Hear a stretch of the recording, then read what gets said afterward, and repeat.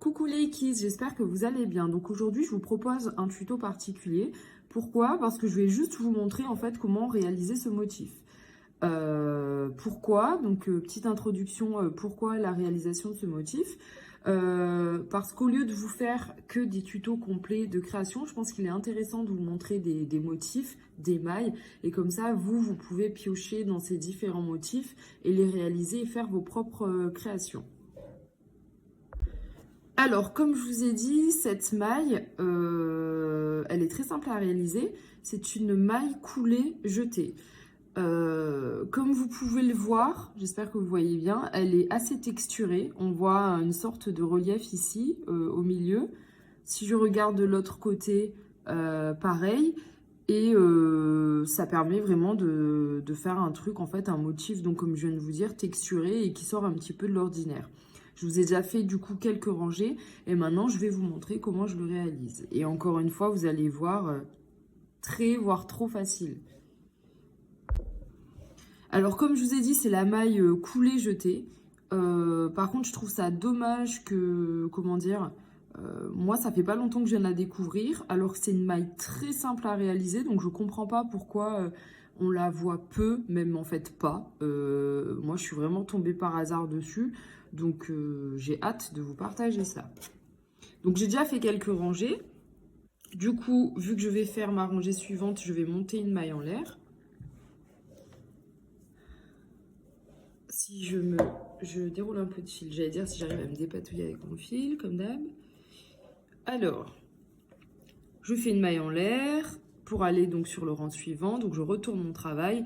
Et là, je vais venir piquer comme d'habitude. Je ne viens pas piquer là-dessus où mon fil sort. Donc, je ne pique pas là. Mais je viens piquer ici, donc dans le suivant. Et là, comme je vous ai dit, donc le nom maille coulée jetée ou jetée coulée, vous dites comme vous voulez, c'est qu'en fait, je viens faire un jeté, je viens piquer dans ma maille et maintenant, on va la couler et en fait, on va tout couler. Et justement, j'allais venir sur ce point particulier. Vous avez vu mon travail à lâcher, j'allais venir là-dessus un instant. Alors, je coule tout, donc tout ce qu'il y a autour de mon crochet. Et je fais pareil pour la suite. Donc le point particulier, comme je vous ai dit, au final, c'est une maille facile à réaliser. Je fais un jeté et je coule tout. Le seul truc, c'est que votre jeté ici, faut pas trop le serrer au niveau du crochet parce qu'après, ça va être un petit peu compliqué de ramener tout le fil dedans. Donc moi, je laisse un peu lâche. Je viens piquer et il faut travailler vraiment de manière assez lâche pour pouvoir en fait passer après son fil dans la boucle du milieu. Parce qu'en fait, elle a tendance à être serrée et voilà, à faire ça, à galérer. Donc je fais mon jeté, je laisse un petit peu lâche et après je fais ma maille couler normalement. Voilà. Je continue.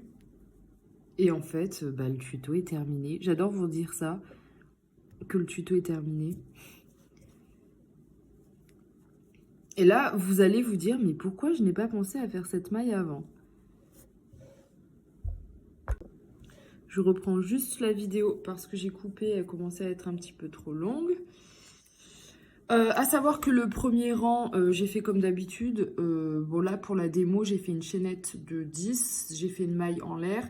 Et après, bien sûr, j'ai piqué que dans le seul brin dans lequel on pouvait piquer. Et après, par la suite, tout simplement, bien sûr, bien faire attention. Ici, regardez le motif, il y a les deux brins. Ici, ne pas confondre avec ce qu'on a ici sur le côté. Vous voyez, il y a un motif en fait qui se crée sur le côté. C'est pas là-dedans qu'on pique. Regardez, le dessus, c'est ces deux brins-là, d'accord? Donc, je pique ici et je ne pique pas là-dedans, en fait, d'accord? Donc, bien dans le trou. Et en fait, comme je vous ai dit, là, écoutez. Le truc, c'est moi, je vais pas continuer 15 ans. Mais ce serait bien que vous voyez, là, déjà, vous avez 2-3 rangées. Donc, vous voyez ce que ça donne. Et encore une fois, c'est des petits motifs comme ça, des petites mailles qui peuvent faire la différence en fait sur une création. C'est-à-dire, si vous voulez faire des rangées de mailles serrées ou de brides, pour une fois, vous changez et vous faites celui-là et vous avez vraiment votre motif un petit peu plus structuré. Ah, là, j'ai un petit peu trop serré. Ah, c'est bon, ça va. Donc, voilà ce que ça donne. Donc, voilà ce que ça donne. Plus ça avance, on voit vraiment le motif apparaître.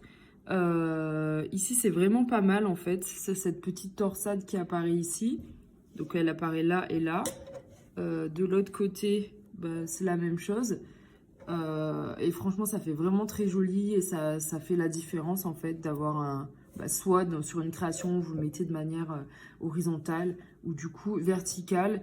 Et ça change vraiment de la maille serrée et le motif qui apparaît est vraiment très très joli.